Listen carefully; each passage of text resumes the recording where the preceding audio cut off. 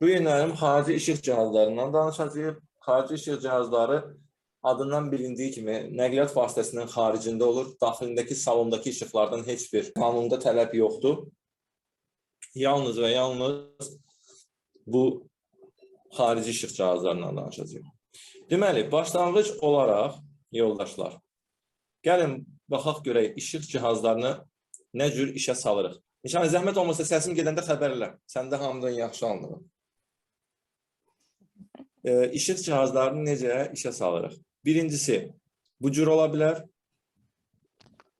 Bunu dönmə işıqları sükanın sol tərəfində yerləşir bu möhtəşəm cihaz. Aşağı salırıqsa sola dönmə işığı, yuxarı qaldırırsa sağa dönmə işığını bildirir. Və bəzi maşınlarda çölün işıqlarını buradan yandırırlar. Bəzi maşınlarda çölün işıqlarını ayrıca bir açar olur. Buradan yandırırlar. İndi fərqli modellərdən asılıdır.